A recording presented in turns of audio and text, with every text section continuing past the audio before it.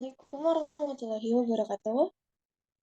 Saya di kelompok 5 Sistem Telekomunikasi 4B saat ini akan melakukan presentasi dan juga praktikum. Anggota kelompok 5 yang pertama Hilmi, Mahardika, Maulidia, Randy, dan saya sendiri, Najwa, serta Rama. Pengantar motor DC. Di sini saya akan menjelaskan mengenai motor DC itu apa dan juga dasar teori dari praktikum kali ini. Motor listrik yang penggunaannya perlu diberikan jenis arus searah, seperti namanya DC atau searah. Ia akan berputar disebabkan dari arus searah yang diubah menjadi energi mekanis. Nah, pada motor DC ini terdapat cara kerja. Yang pertama, cara kerjanya ialah rangkaian motor DC akan dihubungkan pada kumparan. Selanjutnya, pada saat itu pun medan magnet yang ada dalam motor DC ini akan memutar akibat adanya torsi di dalamnya. Nah, saat terjadi torsi, komutator dalam motor DC akan bekerja agar menjaga hasil motor yang berputar searah. Nah, pada praktikum kali ini, kami kelompok 5 akan melakukan praktikum di mana motor DC ini akan dalam keadaan ketika ditekan angka satu pada keypad, ia akan memutar searah jarum jam atau clockwise, sedangkan ketika ditekan angka 0 pada keypad, ia akan berhenti, putarannya akan berhenti, sedangkan ketika kita menekan nomor 2 pada keypad, motor DC akan bergerak berlawanan arah jarum jam atau counterclockwise ke arah kiri.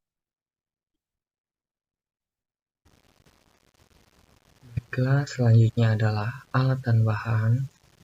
Untuk alat dan bahan kita pada praktikum ini adalah yang pertama adalah keypad, yang kedua adalah microcontroller, yang ketiga adalah motor DC, yang keempat adalah driver hybrid, yang kelima adalah laptop, yang keenam adalah catur daya microcontroller, yang ketujuh adalah satu daya motor DC atau power supply. Terima kasih.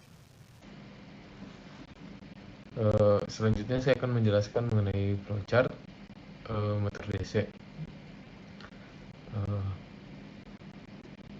Pertama kita menyatakan alat dan bahan, terus kita menyusun dan membuat rangkaian, lalu melakukan pemrograman di Arduino menggunakan codingannya, lalu kita menyambungkan codingan ke Arduino yang disambungkan ke laptop, ke dalam rangkaian pada Proteus kan, lalu menekan tombol pada keypad. Setelah itu kita jika menekan tombol 1, motor DC berputar berlawanan jarum jam.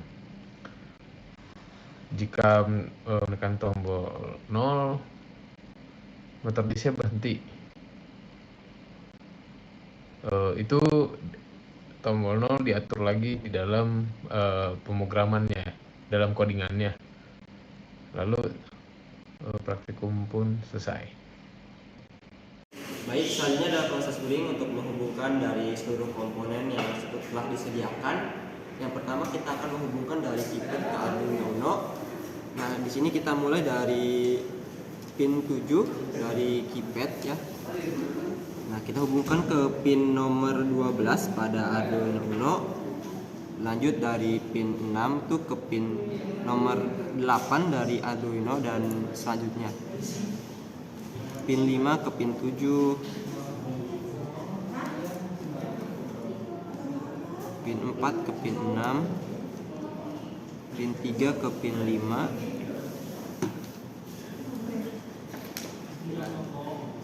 pin 2 ke pin 4, dan pin 1 ke pin 3 pada Arduino Uno.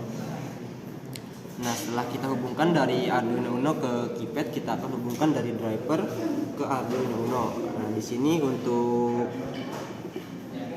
pin ENA ini kita hubungkan di nomor 11 pada Arduino Uno. Untuk inputan 1 kita hubungkan ke pin nomor 10 pada Arduino Uno, dan untuk inputan 2 kita hubungkan ke nomor atau ke pin nomor 9 pada Arduino Uno.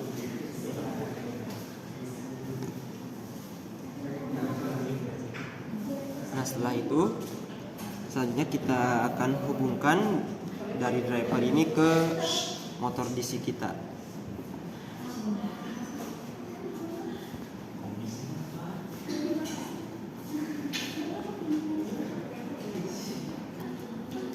Nah, pada motor DC ini kita harus mengencangkan komponen ini memakai bautnya. Kita kencangkan.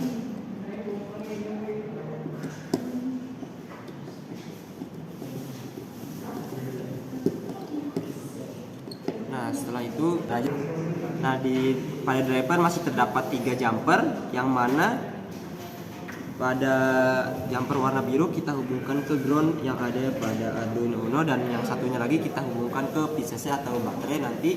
Dan untuk yang warna coklat ini kita akan hubungkan ke PCC-nya atau tegangan pada baterai. Mungkin cukup dari proses wiring, kita selanjutnya ke proses demonstrasi atau coding. Terima kasih. Selanjutnya ada codingan dari motor DC, putar kanan, putar kiri. Di sini ada include keypad yang dimana kita memakai keypad 3x4. Kemudian cons by rows itu memiliki 4 baris, cons by calls itu memiliki 3 kolom. Di sini kenapa chart? Karena variabel di dalam itu berupa angka. Kemudian ada by row pins yang dimana ini tuh angka-angka ini berada di baris dalam keypad, dan yang 543 itu angka dalam kolom. Kemudian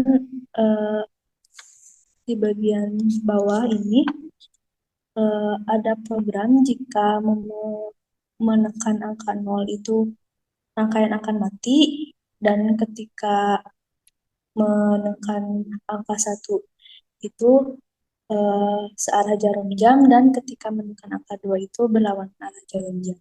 Baik, selanjutnya adalah proses demonstrasi. Setelah tadi kita melakukan proses wiring dan coding, pertama-tama kita perlu mencolokkan terlebih dahulu antara Arduino dengan laptop.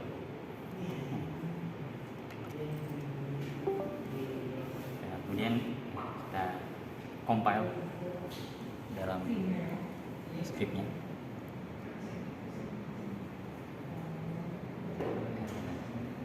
Nah, lalu setelah itu kita demonstrasikan.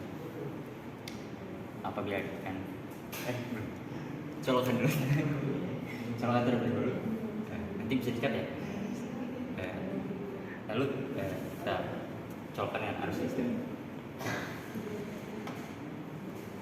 Kemudian kita akan melakukan demonstrasi.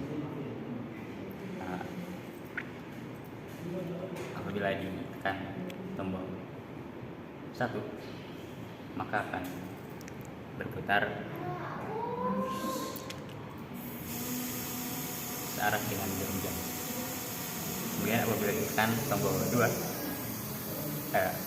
kita matikan dulu. Kita akan coba tekan tombol 0, maka motor DC akan berhenti. Apabila kita tekan 2, maka motor DC akan berputar berlawanan dengan arah jarum jam. Oke, terima kasih.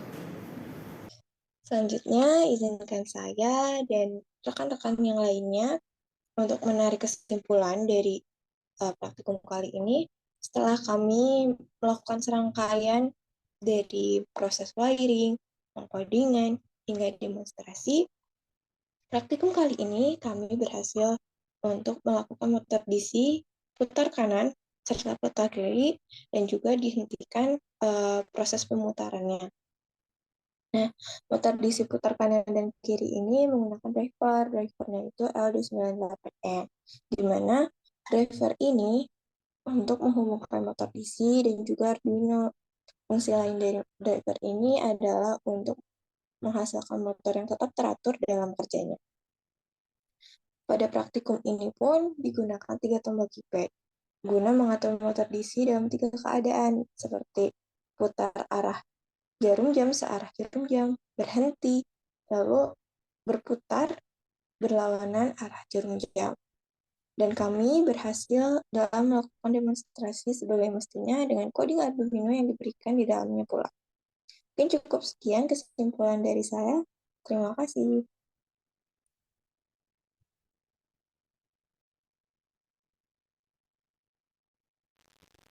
Cukup sekian praktik kelompok kami.